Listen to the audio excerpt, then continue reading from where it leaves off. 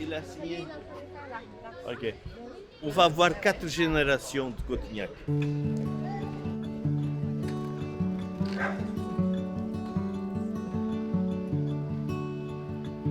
Comment êtes-vous arrivé à Cotignac?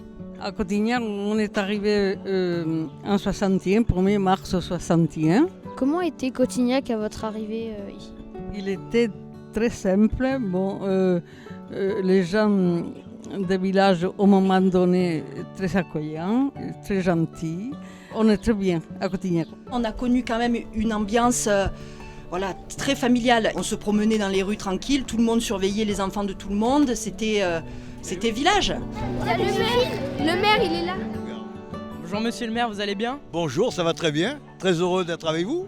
Pourquoi vous êtes venu à Cotignac? J'étais jeune notaire diplômé et il y a une place qui a été prévue à l'époque puisque le notaire allait ailleurs et j'ai racheté l'étude notariale et c'est en qualité de notaire que j'ai trouvé ce village. Je me suis senti tout de suite bien intégré dans ce beau village de caractère et aujourd'hui plus beau village de France. J'avais 30 ans quand je suis arrivé à Cotignac, j'en ai 80 aujourd'hui, vous voyez, la forme se maintient en Corse.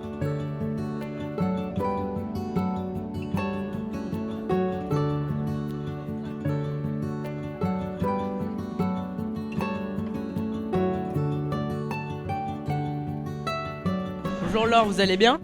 Oui, très très bien. Est-ce que vous pouvez nous dire qui a créé ce café? Alors ce café, le café du cours à Cotignac, a été créé en 1953 par mon grand-père et ma grand-mère. Ils ont monté un des premiers restaurants à Cotignac, le premier qui a eu la télévision, le premier qui a créé des glaces, les premiers qui ont fait de la bonne restauration à l'ancienne, les écrevisses, le civet, la brouillette de truffes, toutes les choses provençales qui existaient à Cotignac.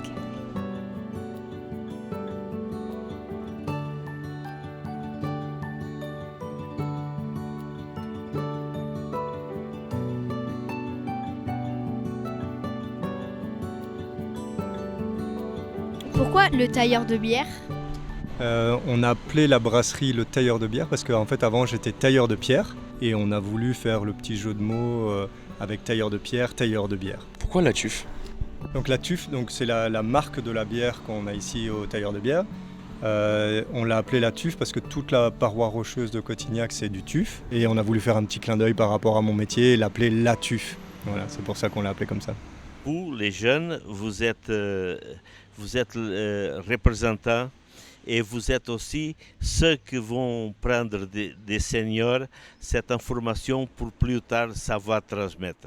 Il faut passer les mémoires, il faut dire qu'est-ce que le village a vécu et il faut que chacun d'entre nous sache ce qui s'est passé dans le passé. Si on ne connaît pas notre passé, on ne pourra pas avancer parce qu'on sera un peu perdu. En connaissant notre passé, on connaît aussi notre futur un peu. Et donc c'est bien de connaître aussi l'histoire de notre village. Les jeunes savent des choses et les seniors savent d'autres choses, alors c'est intéressant de partager et de connaître différents points de vue. C'est des gens qu'on connaît, du coup des gens qui ont vécu ici, qui peuvent nous raconter des histoires qui peuvent être en rapport avec notre famille ou des gens qu'on peut connaître. Et ça peut être bien de connaître l'histoire de notre village pour pouvoir transmettre aux générations futures. Soyez toujours des acteurs du lien social dans le village parce que l'avenir c'est vous.